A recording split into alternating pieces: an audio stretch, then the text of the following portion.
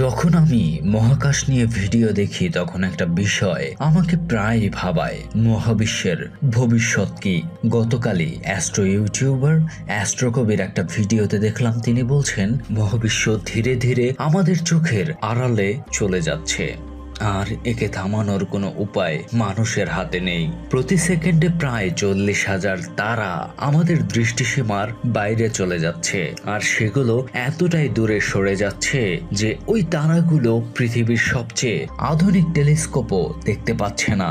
এর কারণ কি জানো? মহাবিশ্ব ক্রমেই প্রসারিত হচ্ছে, ফলে দূরের তারাগুলো আমাদের থেকে এত দ্রুত সরে যাচ্ছে যে তাদের আলো একসময় আর পৃথিবীতে পৌঁছায় না। অনেকে ভাবতে পারেন আলোর গতির চেয়েও বেশি গতিতে কিছু কিভাবে যায়।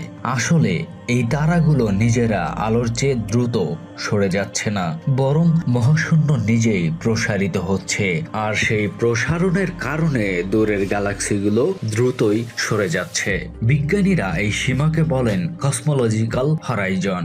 কোনো তারা বা গ্যালাক্সি একবার এই সীমার বাইরে চলে গেলে তা পৃথিবীর মানুষের কাছ থেকে চিরতরেই অদৃশ্য হয়ে যায়। সবচেয়ে অবাক তখনই হলাম যখন ওই ভিডিওটিতে মানুষের ভবিষ্যৎ নিয়ে বলা হলো এখন থেকে 100 বিলিয়ন বছর পরও মানুষ যদি টিকেও থাকে, তখন আমাদের কাছের কয়েকটি গ্যালাক্সি ছাড়া মহাবিশ্বের বাকি সব গ্যালাক্সি চোখের আড়ালে চলে যাবে।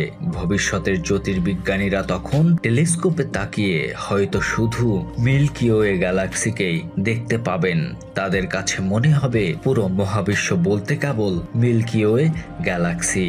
অর্থাৎ আজ আমরা যে বিশাল মহাবিশ্ব দেখি, ভবিষ্যতের মানুষ হয়তো তার অস্তিত্বের কথাই জানবে না। কি জানি, হয়তো তখন এতটাই অ্যাডভান্স কিছু আবিষ্কৃত হতেও পারে যার দ্বারা মানুষ পুরো বিশ্ব ব্রহ্মাণ্ড দাপিয়ে বেড়াবে।